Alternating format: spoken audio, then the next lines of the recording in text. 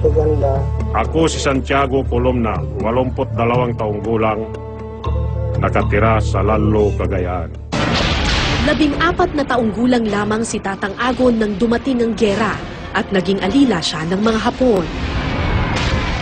Isang gumubutas ang saka. Pinahinto kaming mag-aaral, pinatigil kami ng maestra kasi dumating na dawag.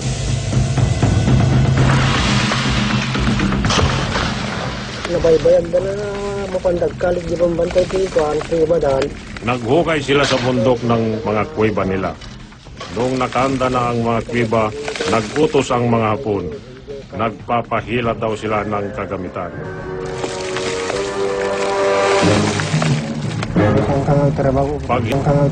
Pag hindi kami pumayag, masasak. Pag pumatay daw kami ng isang Hapon, kapalit noon 100 Pilipino. Sari-saring kahon daw ang pinabubuhat sa kanila patungo sa bundok. Ang iba, may lamang bala at baril. Pero may mga kahon na silyado at labis raw ang bigat. Pag hinihila, 2 kalabaw ang kailangan. Pero pag binababa na ang kahon, 3 tao ang bumubuhat sa magkabilaan. Bali, 6 na tao yun. Kwento ni Tatang Ago, ingat na ingat daw ang mga Hapon sa mga misteryosong kahon. Kapag may nagtangkang silipin ang loob nito, agad na pinapatay. Sa palagay po ninyo, Amang, ano po yung ibinabaon ng mga Hapon doon sa hukay? Ay, di mo pala data, di na may bagbaga. Marami silang binabaon eh. Kakaiba ang mga kahong yun. Hindi ko alam kung ano ang laman.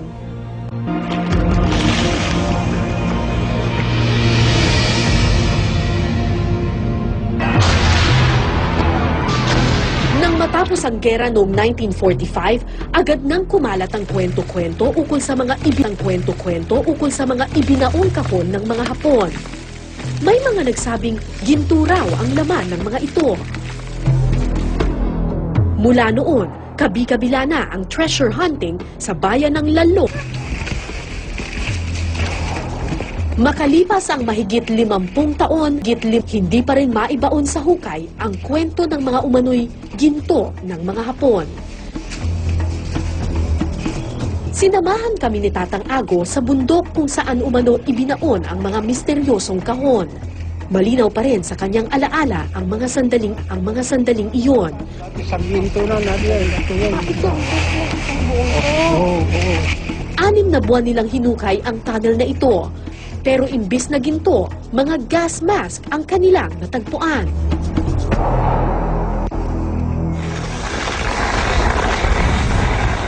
Si Ben ang panganay na anak ni Tatang Ago. Bata pa lang siya, naririnig na niya ang alamat ng mga misteryosong kahon. 150 pesos kada araw lamang ang kinikita ni Ben bilang magsasaka. Halos kalahati nito napupunta sa treasure hunting. So, naniniwala ba kayong may ginto talaga dito?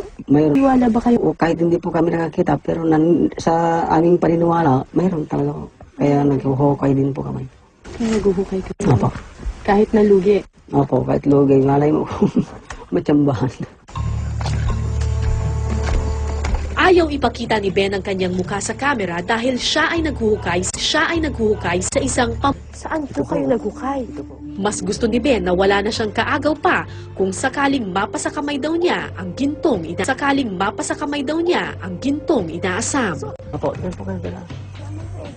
Dahan-dahan naman po. Noong taong 2000, ilang mga Amerikano raw ang bumisita at tulad ng mga magsasaka, naghukay rin daw sila. So, alin po dyan yung hinukay ng mga Amerikano? Ito po. Sarado po tulong. Ah, itong buong to sarado dati. Kaso lang may mapa po sila. May mapa sila, tapos? Tapos dito, pumunta sila dito. Tinanong doon sa may-ari nito. Pumunta yung may-ari dito, tinuro. Kuweba pa talaga yan ng Hapon? Hindi ba natural na kuweba lang yan? Hindi po yan. Talagang pag nabutasan niya, binutasan ng Hapon niya.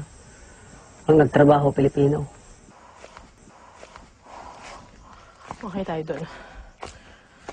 Pagkatapos malaman ng mga na naghuhukay yung mga Amerikano dun sa isang kuweba doon. Tapos parang may na-unearth sila na tunnel.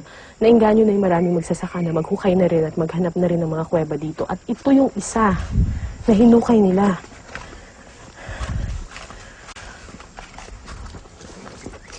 Ay, ang lalim. Ang lalim. Pero tinigil na. Opo. Bakit po tinigil?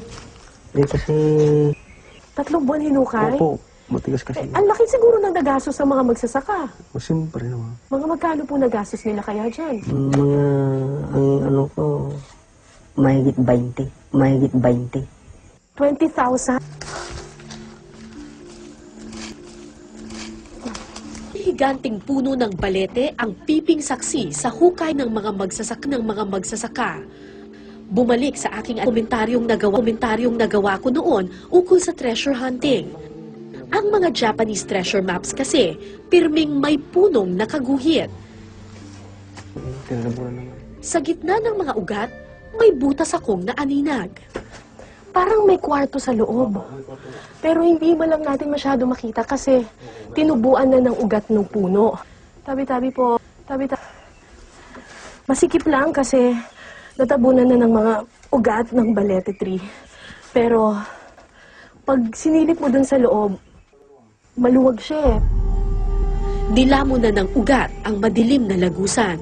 Ani mo'y sadyang isinara ng kalikasan.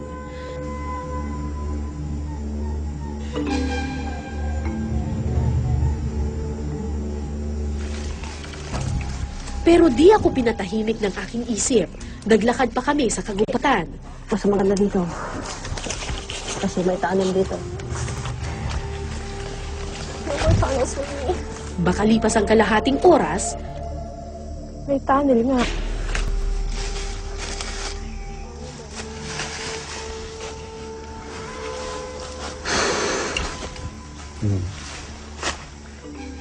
Wow. Lamig, no? Marami na akong napuntahang kuweba eh, pero hindi ganito kalinis yung gawa ng pader. Parang patag na patag eh, no? Tapos sukat na sukat sa tao. Malawak pa siya dun sa loob. nagdalawang isip akong pasukin ang madilim na lagusan. Saan kaya ito patutungo? Ay, ang lalim pa. Ay, ang lalim pa. Uy, nagsasanga dito? Oh, may isa pang... May chamber siya. Oh my! Ito na yun!